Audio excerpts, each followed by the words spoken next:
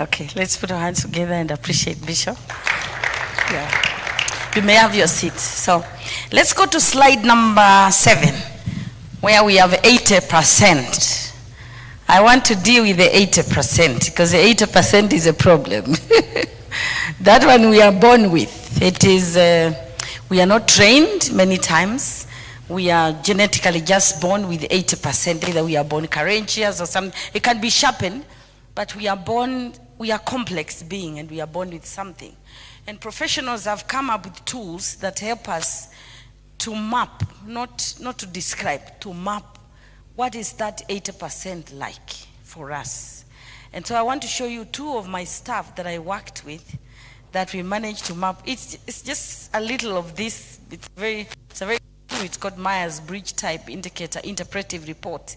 I work with a company in South Africa that does psychometrics. So usually it is paid. This is a paid course, unless you see me after this. The report itself is $66 only. And then I do consultancy to interpret for you. You pay me between $6,000 to $7,000 just to interpret the content. Once you respond to the online questions, which are about 140-something questions, and it's you who analyzes, we just ask you to be very honest. The professionals in South Africa will analyze that data and give me a report of 17 pages. That report will tell me your personality, the 4 areas where you focus your energy, how you take in information, how your brain organizes that information to make a decision, and how you relate with the external environment. That's a pretty very good, and it goes further to unpack each of those levels. And that helps us a lot in leadership because it also helps us. Once it gives that, it shows me how you respond to how you communicate, how you respond to conflict, how you respond to change, how you respond to many things. So that's why I was saying it's very quite detailed, and it helps us. So let's go to the second slide now. So this, Jen, and let's do both, Jen and Joyce. So these are not real names. So these are staff I worked with. Jen was my accounts manager, associate director in charge of accounts. And Jen was extroverted, but I just want to say very briefly what this means. If this bar is here, it means we don't even want to think, we don't struggle to know whether you are extroverted or not. You're really clear. But the closer it comes to this middle point is sometimes you confuse us. We think you are either introverted or extroverted. So Jen was clear. We didn't have to struggle. And I'll show you my personality report tomorrow so that you see. And I'll compare myself with Jen because Jen used to report directly to me. And I'll show you where the fight used to be. But Jen had an assistant accountant. I want you to see this difference. So this assistant accountant was introverted. These are people who tend to be energized by either doing or being with things. You know, you're doing things, either when they get to home, they'll tell you, I'm so tired. But they get to the house, they discover there is work that is not done, energy just comes up. Or being with people, you know, doing something, either projects or work. But these guys is the opposite. They tend to, when they want to energize, they just want time on their own. So this level, we call these dichotomies. This is what gives us energy. This is how we take in information. People who tend to be on this side are people who are factual. They are detailed. It's not that they are sensitive. This word doesn't mean they are sensitive. Everybody's sensitive. But they tend to take details. So when you have these people in the team, and they tell you, we are this meeting on 22nd July, don't fight with them. They are good with facts. They are very factual. And they can also cause trouble because if you can argue in a meeting with them for a long time just because you are differing over whether you are 10 oranges or you are 2. And they are very passionate about being accurate. And then of course these people want the bigger picture. Just don't get details. This is how we gather information. The 4th level, and this is where I was sticking, is how once our brains gather that information, it processes it and makes decisions differently. I could almost tell David must be here with me when he said I get radical. And I know I'm here also we tend to be more logical. Not that we don't have feelings, but the logic comes first. Do you need to be fired because you didn't perform? Yes, go home, we'll talk about how you feel later. We'll compensate you.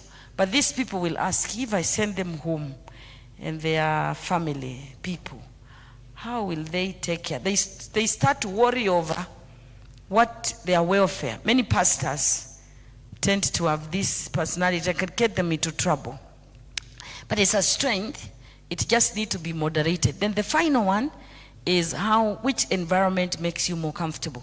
Now, judging doesn't mean you are judgmental. It means you are structured, you are methodical, you are systematic. If you work with somebody who is judging personality, is very organized. And they get very frustrated. Like you could see this morning, I was getting frustrated with the mics because according to me, they are supposed to have been tested last week, not even yesterday. And somebody should have been here at 6 to find out, did they work? So you can't be telling me they didn't work. I don't relate with that language. But over time, I have also had to change because, life is not like that, right? And then these people are spontaneous. So these guys, this us here, those of us who in this, I'm sure as I explained, you are having an idea where you fall. The judging people normally work with schedules. They are very good, and deadlines, okay? But they tend to be rigid. So they can be too rigid until you have no space for, they don't have space for spontaneous things. These are spontaneous. It doesn't mean they are perceiving, it means they are spontaneous. You can sneak into their schedule, but they tend to get overwhelmed because then they don't know how to block their calendar. I'm saying this, then I will unpack. Now, these two, when you do it first captures you. Actually, you are the one who assesses. They just analyze your data because you know yourself. You just answer questions. Like, for example, a simple question like, if you are given an assignment, would you prefer to play now and work later? Or work now and play later? Let me just see a quick one there. How many of us, if we have some deadline to do at 5, let's say tomorrow morning at noon, we have something to do, all of us, but we have an opportunity to first relax now and do the work later. It's not a weakness, okay? Those of us who say, I must finish this job, it gets out of my way. That automatically tells me. Now, those who said, I need to play now and work later, they are flexible. It doesn't mean they are lazy, but they can eventually be lazy. It doesn't mean they are lazy. By the way, they have their own deadlines. They know watasukuma tu mahali. Akishapumzika, ataamuka tu, and they do things the last minute, but they deliver. Just the way you would have done when you started very early like me. So, lakini watu wengine, we can't even enjoy the play. Lazima kwanza tumaliza hiyo assignment. Now let me just show you something here. So I want you to see this is a manager. Manager is extroverted, very expressive, work related, is facts, a lot of factual details. This, although the closer they are here, they can push to this side. And logical. Don't tell me anything. If I said work needs to be done, and I know this is where they used to fight. Jane used to keep Joyce in the office until 9. Because if she said, I want that report tomorrow at 8, she did not care whether Joyce slept in the office or not. So many times I would find Joyce crying in the morning. That's a leader. We are talking of a leader here. Okay? Running an organization, accounts manager. And then she was very organized. So according to her, this was a disorganized staff. Because how did you not finish the job in good time? Okay? So I want you to see my Joyce here. This is real now. Huyu siwezi kumpatia jina. Namjua, sitaki anaweza pata. Lakini this is real. Joyce was my trainee accountant. Very pleasant girl. I want you to see this difference.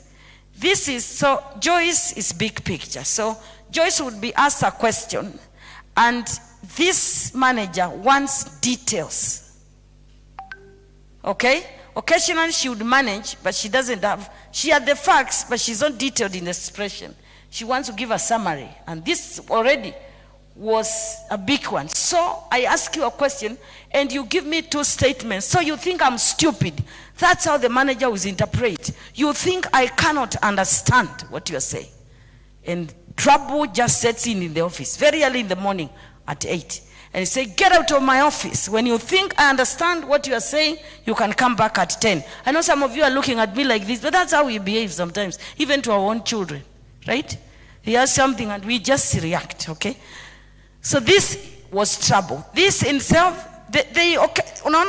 Jane is slightly stronger in this area. So Joyce would take a bit, and I will show you this, the difference. No, I'll stick here. Tomorrow I will get a bit of time because this is a whole report and I'm not here to interpret. I just want to show you a tool that can help us know the 80%, okay? Then here they agreed a lot. They were both organized. Both of them were really organized. The problem was mainly around here. This is how they make decision. This third level is how the two make decision. I want you to see where Joyce was falling. I said the closer you are to this line, the more you are likely to demonstrate characteristics. This of the two sides. Now this tool goes further and picks each of them and shows you how it plays out at the next level. There is something in this tool we call facets. Facets are attributes that describe further each of these dichotomy. Let's go to the next slide and I show you something. So I've just picked the decision-making level. Okay? This is basic on conclusions on logical. This person is logical. I want you to see what this says. It says they are logical. It means they are impersonal. They seek impartiality, objectivity, analysis. They step out of the matter. They are not interested in your feelings. That's it. And they are not pretending. That's it. They make the decision. And these people can easily be seen as not very merciful. Right? Right? It's a leader. It's a leader now. And then they are reasonable. They are truthful. They cause and effect. They analyze. They question. They are critical. And they are tough. Do you see this list here? Do you see the opposite? Do you see these statements? Empathetic, the opposite of this. This side is this person who is making decision, makes logical, they're reasonable, they are questioning, they are critical, and they are tough. In fact, the bar tells you there is no limit. This was a tough lady. I know her. She was very tough. Even me, I'll tell you one thing she did, and I was her boss. I was the country director, but she was the accounts manager. One time I failed to ask money, to request money in good time. And I went to the field with the driver. And I'm in the field and I'm saying, could you send us money? She said, I'm sorry. You should have asked for the money before you went. I had to use my own money. And she was reporting to me. I said, now I have to save the staff where we are. Then I go back, we discuss the matter. And she stuck to the gut. She said, Dr. Ann, then I was not a doctor. She said, Ann, you are the one who did not ask for money in good time according to our policy. Completely impersonal. Did not care whether we ate or slept nowhere. And I was in Gilgil, she was in Nairobi. Very tough. Okay? The other side is they are empathetic. They are compassionate. They are accommodating. Very accepting and tender. Many pastoral people follow in this. Now I want you to see the assistant below. So when Jane made decisions, this is how she made decisions. She only used logic, reason, questioning, critical, and tough. But when Joyce made decisions, Joyce was, yes, logical, but not as logical. Logical means we can argue the matter. We can discuss. Did you want school fees? Can I help? Do I have money? I can help. You know, that's logic. Then the other person will say, if I don't give them money now, maybe their daughter will miss that chance in the university or in the new school they have been admitted. That's now the other side, the feeling tab. Now the logic, people don't ask that. But I want you to see Joyce. Joyce was compassionate. This is where the war used to come. Joyce could either be questioning or accommodative. She was also very accepting. When she listened to you and heard you were logical. Like for example, if I asked Joyce the money when I was in the field and explained that we had requested the money to be processed, but we did late because we needed to go and handle an emergency in the field that did not have a lot of time to meet our deadline, Joyce would see logic but accept. Do you see? Now my friend saw logic, but decided that those are your own problems. Policy is important, period. Now Joyce was very accepting. So if I was dealing with Joyce, who I couldn't because she was junior and she could not approve, this is the approver, Joyce would have listened to my logic because she was logical, and then she was also accepting. And then Joyce was both tough but tender. When I did not review the report well, she would come to me respectfully and say, Dr. Ann, we can't give you more money because you did not account for the previous one, or one of the receipt is not signed. See, she is both tough and tender. But look at the boss. There was no room for tenderness. Now, because of Joyce's ability to swing both sides, the leader thought she was a weak staff. Do you see now? So this tool helps us to understand first ourselves, and therefore begin to say, therefore when I see so and so behaving like this, then I know. I'll give a practical example back home. Now, I am very close to this myself. This is my personal. I can almost tell you, my husband is 100% around here. Let me get Bishop out of the equation. Let me get Mr. Onchana, whom we work with. I can almost tell you, because this is my this is tool, I've used it many times. I don't even need to be told. I just need to see your behavior, and I can map you off the tool. I can almost tell you, Mr. Onchana has a lot of this. Because I understand this tool, I use him so much, and we'll be talking about this tomorrow, about subculture. So this is what I keep telling him. This matter is a no. We cannot keep a child in school without them paying school fees. Say no in your style. We will both be saying no, because for me I say no. And I don't have struggle. I have told you, don't, how, I ask you, how am I going to keep children without fees in school? And then Ms. Onchana will say, we would love to keep the child in school, but it's going to be a little bit difficult because of the costs involved. Do you see those two people have said no, but they have said it differently? Because of his personality to care about how it is likely to impact the person. Because most likely he has something we call the F. So because of his personality, I use him to filter my toughness, and life is good for me. So I don't think he's a weak person. Initially, before I got to know these two, I used to think, these fellows who can't say no, what is the problem with them? Why are they not able to say no? So I'm able to pass. We agree on the position first. We say, this matter is a no. Or this one is the way we are going to handle it. Then the next statement, say it in your style. Because his style and mine are different. And we'll be talking about culture. Why is this important? Because all these values, remember, I told you culture is about values and the beliefs. These are now values, empathetic attributes that describe who you are. Okay? And then he has a lot of time trying to defend people that is not tough. I said, don't defend them, I am tough, my friend. Don't even bother. Let me figure out how I'm going to get a little bit tender. And I don't even think about toughness. It took me too long for me to say, I used to say, why are they saying I'm tough? I was not arrogant to them. There's a difference between toughness and arrogance. You may never be arrogant, but you are tough. Another day he tried to convince a parent to come and see me. He said, no. I've been told the lady is very tough. He said, no. I've worked with her. She has a tender bit of herself. Now for you to find I have a tender bit of myself, you need to stay too long with me to get to pick that bit. But the quick expression of me, it's a no, it's a tough, a hard nut to crack. Okay? And I see that in church. I rarely have people coming for counsel from me. They go to Bishop.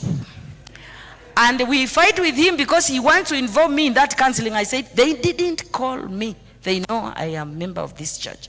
I'm your wife. So when they did not call me, I don't appear in that city. Because there is something, it takes a lot of time before they come. And many times when they interact with me, they say, "No, Dr. Anna, we discover you are different." So, but the quick, first impression I give is I'm tough, which I am. Because of the choice of words I'll use. It's a no. No, I'm not going. I don't have open days normally.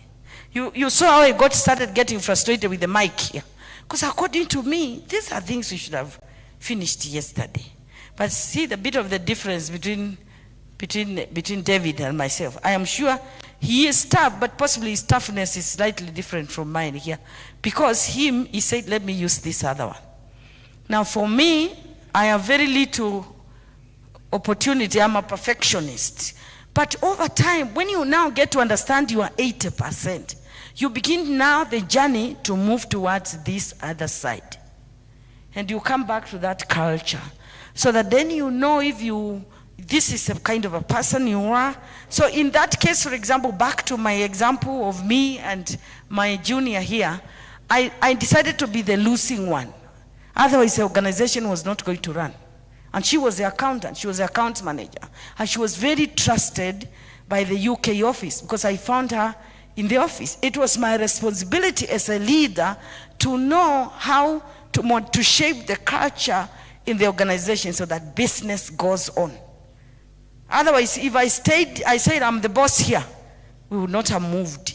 So the importance of understanding this 80% is you to begin to know where do I give concessions and where do I not give concession. Who in my team is different from me, I can use. It is not an issue of position now, once you get to know your culture. And you'll see that tomorrow, how leaders shape culture. And one of them is a people they recruit.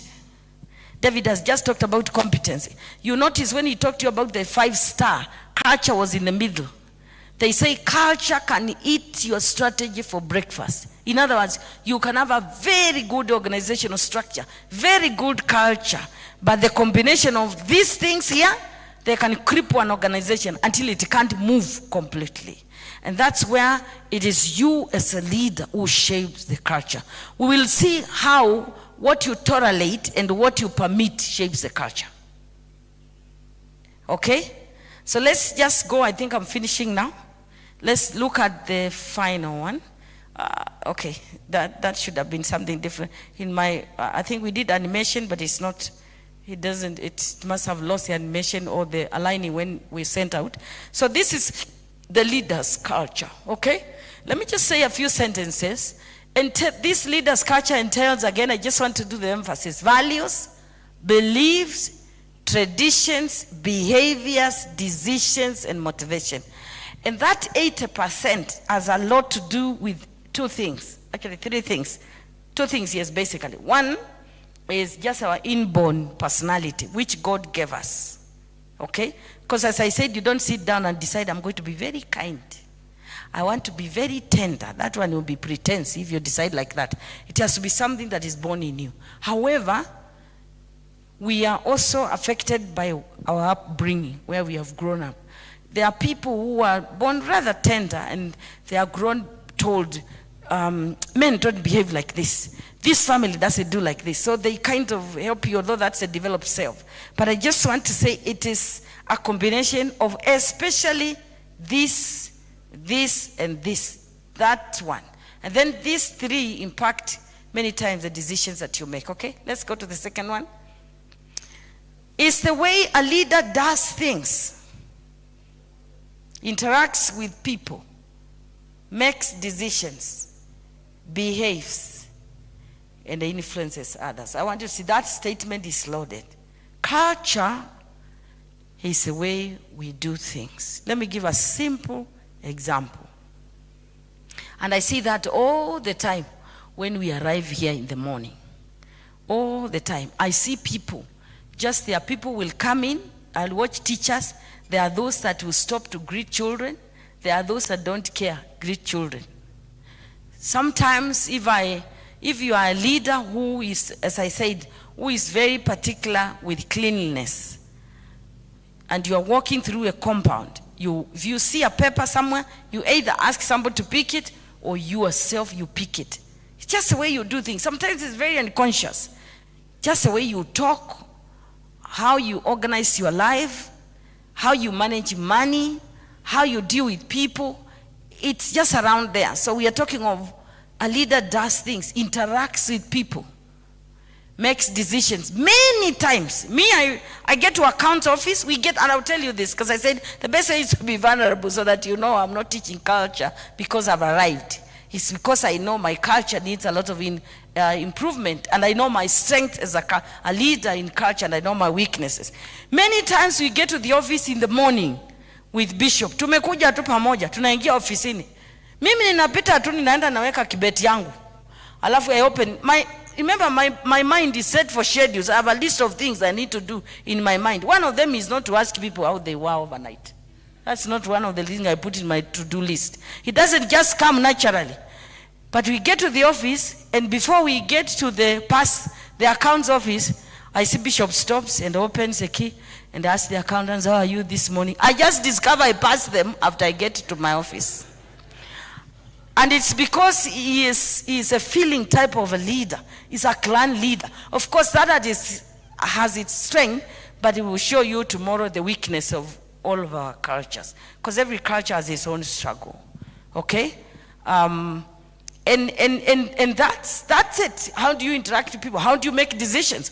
I make decisions. I enjoy making decisions. Oh, goodness. I make decisions.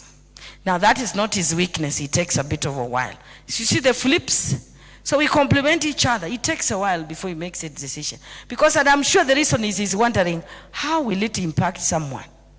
That is always a question. Sometimes we fight over. Sometimes I'll tell him, there is fire, my friend. Make up your mind over this matter.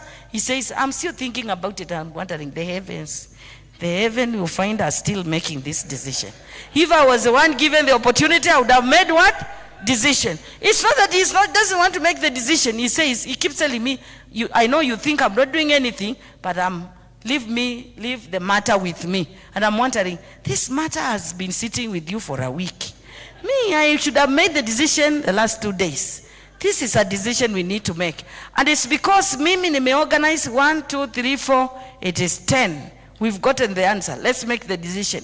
But the person who is a feeling type of a personality will have that 10, but say, what about if I make the decision now? How will it impact the person? Now, me possibly and David, we don't ask that. We ask that question, but we weigh and say, today we'll pay them dues. The most important is the law. Anyway, but I'm not saying David is like me. I'm just saying the logic people, we are first driven more by the objectivity and the logic more than the people. And we are not bad, because you need people of our type to get the organization moving. You really need to. There are some tough decisions. Let me give a lightest example. I'm almost. You said what? I get what? Three or something. I have a few minutes. Let me just give these examples. So recently I had a tuition for students going on. And my accountant, the senior accountant left. And the assistant accountant sent an invoice to the parents to pay for the tuition. And she made a mistake. She said, you can pay in August. Now, for tuition, we don't pay ahead. After. We pay before. So that then, because that's not fees. I need the money to pay your food. Na hapa tuna watoto wa kifahari. Kina Pastor Albert and the rest. Most of them come from Karen, Lavington, Kiliman. The kind of food we are eating, Pastor, is what you give them. Those are chefs. That's what they cook them. So it's expensive. So I can't keep digging money to spend. And then the parents, I don't know what happened. They just made noise the second week. They said, I don't know what happened. The accountant we were asking them something. They said, no, I don't know what our children. On spot, I canceled the tuition on spot. And I told the principal, write to them and say, there is no tuition from tomorrow. That's it. I saw one parent say, hey, it's too quick. Because one parent talked an abusive language, and I was very offended. I wondered, wait, I'm paying costly for your children. We are talking of a lump sum of over 600,000 within 1 month, because there were quite a number of them, and the cost they were paying, the teachers. I was risking. It's a big risk that I was taking, because I could finish the tuition and some people will go, right? So I thought, wait, these are parents playing tricks with me. I've observed, and I'm trying to tell them, look, we have already absorbed this cost for you. I think I can't remember what they were. I just told the principal. And I knew, if I write, I would have written that one statement. The tuition is cancelled. If you need it tomorrow, pay you all the money. But I told the principal, just tell them the tuition is cancelled. I knew he would say it in his style. He still was nice, but we cancelled it. I saw one parent say, it's too quick. And that was it. And I was not going to revive it. Now, the person who cares too much would have said, let's just have a discussion. We see. When I came here, and I'll tell you, we used to collect about 30 to 50% of the tuition. Parents owed us millions of money, and they didn't think it's a big deal. Now you need a decision maker, to turn around organizations, right? So there is a place for every personality, that's what I'm saying, and their culture. But now I know, because I understand culture, when to step out. I rarely ask parents to pay fees. I don't even get involved, because both the accountant and the principal have a soft personality. So I rarely step in, because if I keep stepping in, I'll destroy the school. Because I also have hardcore in the parents like me, so we crash. You get what I'm saying? So the leader needs to know first their culture. It's very important. Because if you don't know this kind of culture and your weaknesses, your strength, you can run a well-structured organization, even with all the technicals, to an halt completely. Because you are the leader. You need to know when to step out. So occasionally they go to Bishop. Bishop, she's too tough. He tells them, the board, he tells them the board fired me because I ran down the school. That's a clever way of running away from making the decision. But you see, it is true. He says he can just tell them, just bring the children. But I need money to run the school. You get what I'm saying? But that doesn't mean I stay tough all the time. It means I also need to know my toughness. Some places doesn't help nothing. I need to step out. And so I cannot be criticizing a Mr. Bishop by thinking he's a weak leader. It is not true. His relationships are big time. We thrive on his relationships a lot. Even when people come and greet me like this, and they are talking to him, I just keep quiet. Yeah, because that happens many times. He tries to say, this is my wife. They put their hands like this, and they are still talking to him. That's all right. So even when you see that, just know that you are enjoying a certain level of goodwill. Are you getting it? Culture is such a powerful thing. If a leader doesn't know their culture and when to step out and when to step in, you'll be so competent and you'll be a miserable leader forever. Because you keep either fighting with people or giving way all the time. And you'll be miserable all the time. Even at home with children, there is always one child who is like you. One time, Perez held me like this because I was beating him. Because I had beaten him, I think, many times, until this time round, he wanted to fight for himself. He just held me like this. You know how he's stronger than me. The two of us. The father just told me, stop beating the boys of age now. The leader's culture shapes, you will see tomorrow. I'll show you 6 primary ways in which we shape culture as leaders. Today we are just seeing the importance of us understanding the 80%, because the other one is trained. You get what I'm saying? So this is a tool, and many people don't want to invest to understand their own culture. This really, this tool did not just help me in my leadership, it helped me in my marriage. I'm telling you. Because I was able to begin to understand my husband. Why? I used to wonder, this man can't make this decision quickly like this. He's telling me I give him time. He's thinking about it. Thinking about what? The solution is here. We have the information. Make the decision now. You know? But it's not that he was not making the decision. He was processing it. And constantly the question for him is, and I know, how will it affect the person? Always, he's asking that question. Of course, sometimes he's now sharpening up because in the process of asking, so he has been taken advantage. But it is important for us to know that and stop thinking, this is a weak leader, this is a strong leader. Say, this is a leader we have. Now they have this package of qualities. This is what they are missing. How can we complement our leader instead of constantly putting them down? By putting your leader down, you don't get anywhere. For example, I want to give an example. By putting this man down or trying to compete with him or trying to discredit him, it doesn't get you anywhere. Because the fact remains, this institution is identified with him, right? So the best way is to say, where is Bishop? And that's what I have learned. There are things even here, and David, I worked with him, you know. There are things tunafika nasema wacha hii tupatie Bishop. Tunajua PR hapo ndio itasaidia. See facts. Ni kweli? And we know he has a serious goodwill with his PR. That is his strength. Na yeye saa ingine ana step out, anasema wacha Dr. Anna handle hiyo matter. Don't ask me, let her deal with it. Because he knows I fix it and it will be fixed quickly. Quickly, like yesterday. I enjoy making decisions. Like, I get into trouble, but I enjoy. It's not a struggle. Saying no for me is not a problem. Did you hear that? Some people need to be taught how to say postponed no. It's not possible for me now, but I'll do it when? Tomorrow. So now I'm learning to say what you call postponed no. Because telling some people no, it crushes them completely. So let's see this man who is known for something. I'll tell you a story about this man. Who is this guy? Who is this man? He's known to be one of the most loved businessmen. Okay? So Branson is said to have been recruiting a top CEO. And he's a people's person. You see what he says? They say, no, what? Let's read this together. 1, 2, go. There is no magic formula for?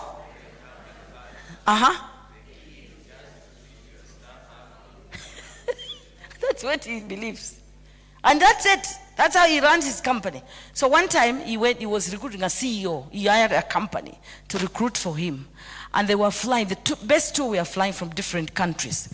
And they were coming to the airport. He disguised himself in dressing. And he behaved like the taxi man. Because they didn't know him. And he went to pick them. He was carrying a bag deliberately. He pretended. So, when he pretended, they came in and he pretended to fly out. And he was carrying an elderly bag. He disguised himself. So he said each of them needs to be sent to come and receive a board member to the airport. And when they came, one of them despised him, and he just came and told him, this is the taxi, old man, you can get in. But one of them refused to let him walk with his bag. That was the differentiating factor for the job for him. That was it. In fact, he said that the guy who helped carry the bag was number 2 in the interview. But he said, because of his what? Do you see this? His culture is this. Treat them the way you would want to. That's a leader. So he wanted someone who will come in and step in his shoes because he was stepping out. He was looking for somebody with a similar culture because he needed his culture to be continued before he gets the subcultures, right? So Bishop, the day you step out here, if you get somebody else and they don't have your culture, they really need to be helped to understand certain values. And tomorrow we will talk about what happens when you really need to change a culture from the founder. Because institutions like this one are founders. Now the founder culture is very different. Let me just give an example early this time. So the Emerald International School wasn't performing well.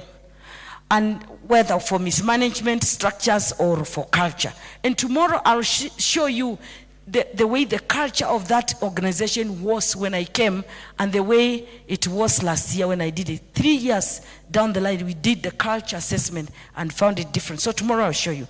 So what happens when you have a founder institution and you want to change the culture of an institution, especially when something is not performing?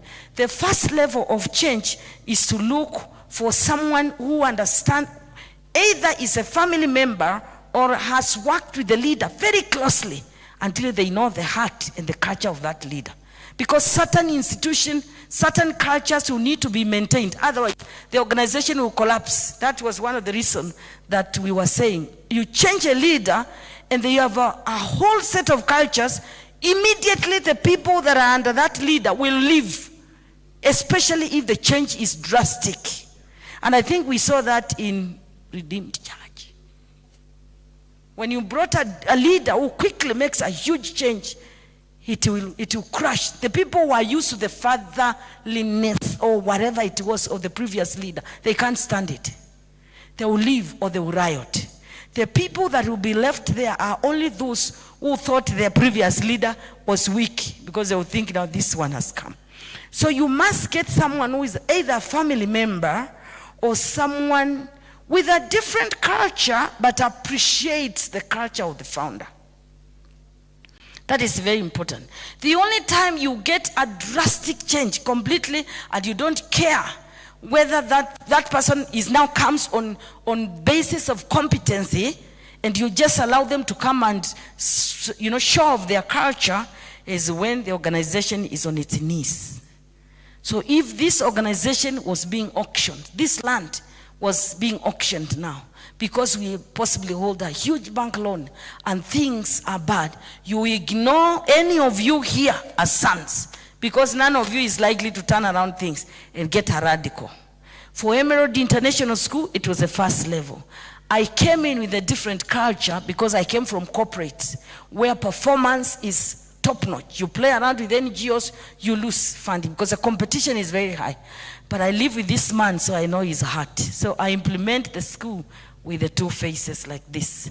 So I know when to swing back to his, because we constantly reference him. And anytime we do culture assessment for this organization and we ask questions about the leader, the staff have two leaders in mind. They have him and me. And I will show you how that has shifted tomorrow. So you cannot ignore the overall leader of an institution. It's very difficult because everybody looks up to them. They are the overall. So even when we do things here, people still think of Bishop. So he has to constantly fade out of school to keep saying, ask Dr. Ann. So as he pushes me up, it becomes a subculture because the school is under the church.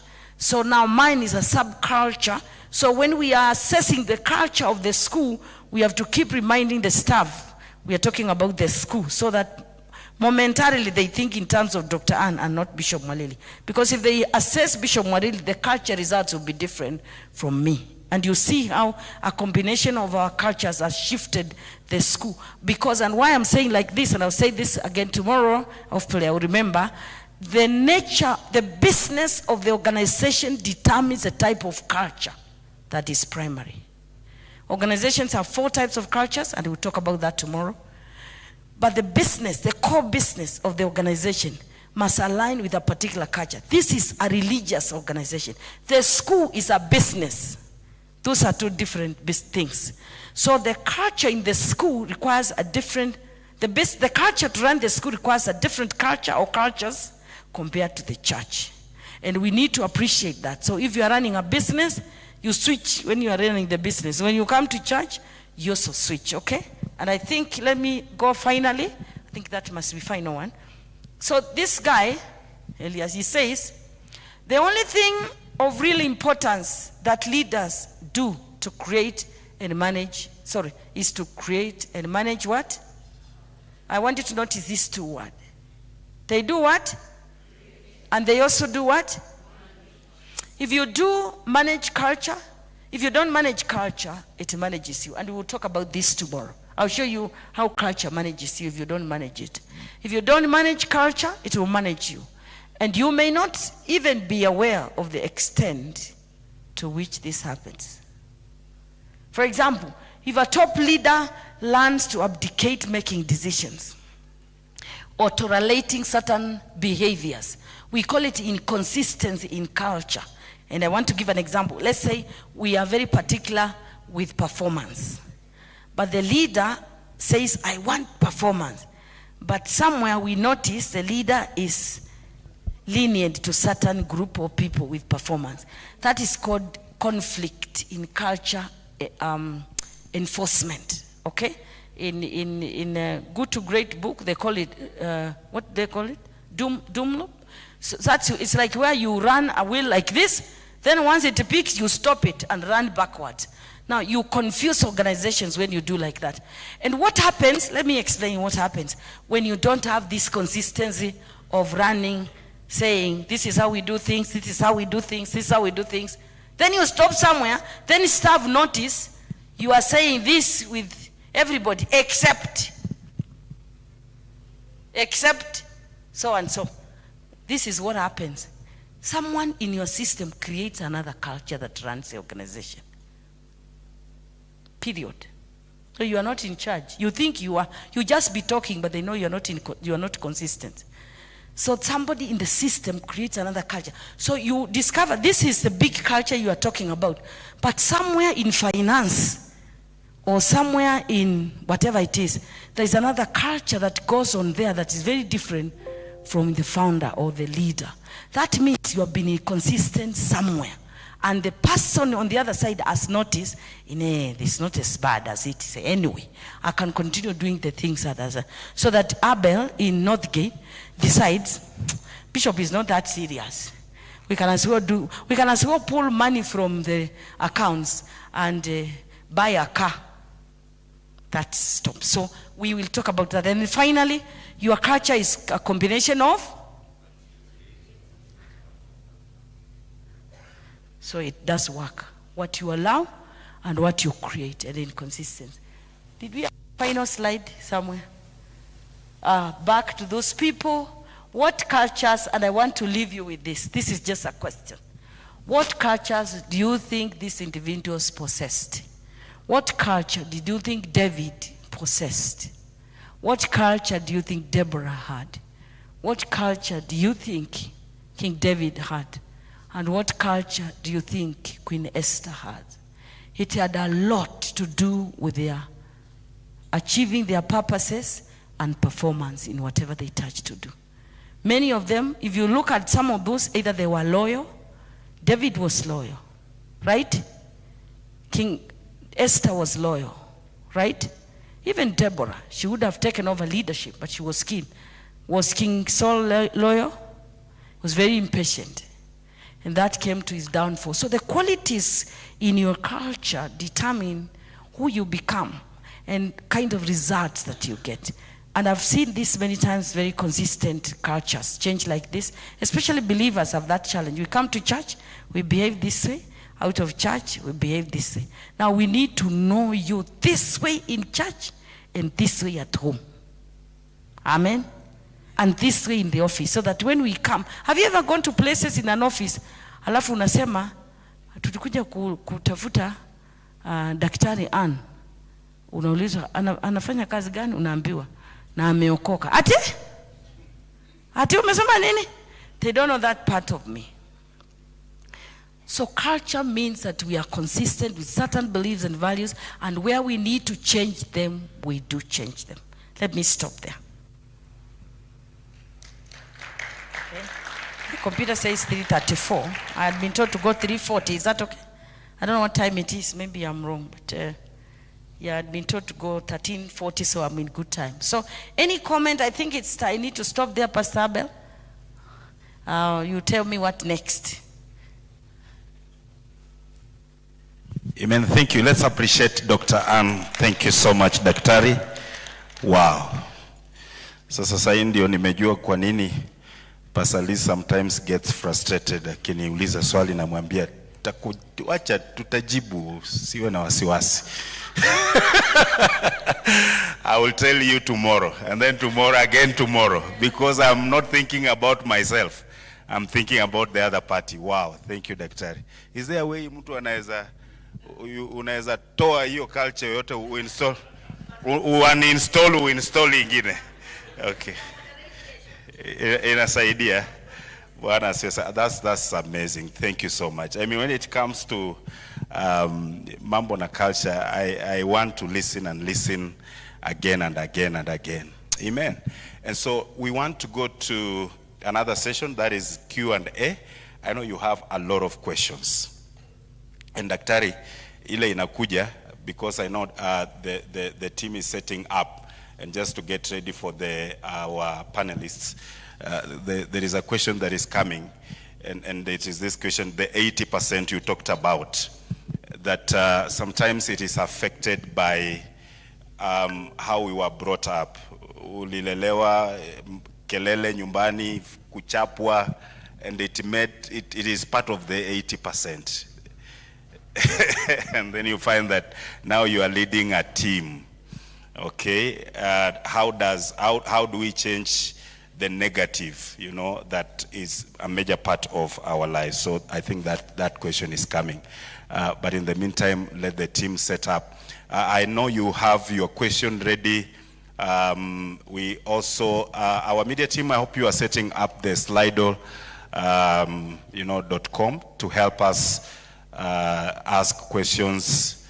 And yeah, we will also have some questions coming from us, so kindly prepare your question and get ready. Okay, all right, okay, all right, thank you so much. All right, so I want to introduce our panelists, and we have Pastor David. Let's appreciate Pastor David because he's coming and to answer some questions that we have. So kindly, Pastor David, if you can just proceed and come to the stage. Okay. So, let's appreciate him as he comes. Karibu sana, Pastor David. Thank you so much. We also have Dr. Ann. Dr. Ann, kindly if you could come to the stage. Let's appreciate Daktari. All right, we also have our guest minister, Reverend Kavoy. I wish Bishop could introduce and bring him on stage, but kindly, sir, allow me to just appreciate you as we welcome you on stage. Let's appreciate Bishop Reverend Kavoy. Thank you so much. Amen. And our moderator is none other than Pastor Tony. Let's appreciate Pastor Tony. Thank you so much, Pastor Tony. Karibu sana. The floor is yours. Karibu. You can take over. In Jesus' name. All right. Good evening, everyone. Just as we get going, if you can, just go to slido.com and type in the code that you see. It will take you to a platform where you can ask any question that you might have. Just go to slido.com, get into their website, type in the code that you can see there, and it will get you in so that we can ask questions. I've been given limited time, so I'm going to sort of like rush through it. And if you have a good phone, a good camera, you can as well use the QR code. It will as well take you to the same place. If we could do that really quick, that would be nice, so that we can see if we can sample a couple of your questions this evening. Yeah. Let me allow everyone to get a microphone. Thank you. Awesome. Wow.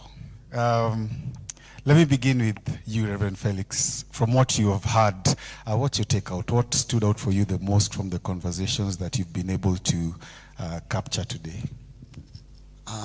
Well, I think what I can make of it is that the church, and largely the bigger percentage of the church, Yeah. They are living in their own world. Mm-hmm. And it's like when Dr. Ann was teaching, I was saying, I think we need to call all the pastors together and they learn some of the things I've heard here. Yeah. I think the church is not able to engage the world properly because of their lack of understanding of some of these things. Yes. I think largely we majored on spirituality. Yeah. Of course, personally, I'm a theologian. This is my area. But I feel as much as we need all these things on theology and understanding scripture,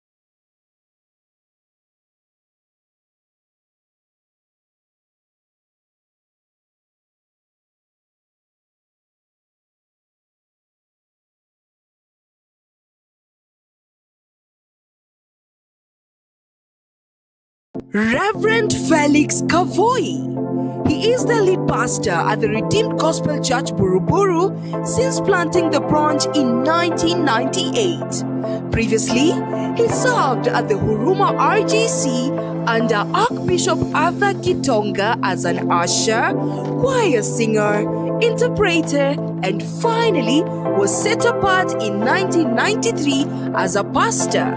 He got ordained officially as a pastor in 1995.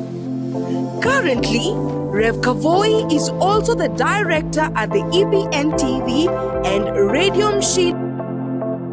Reverend Felix Kavoi. He is the lead pastor at the Redeemed Gospel Church Buruburu since planting the branch in 1998. Previously, he served at the Huruma RGC under Archbishop Arthur Kitonga as an usher. Reverend Felix Kavoi.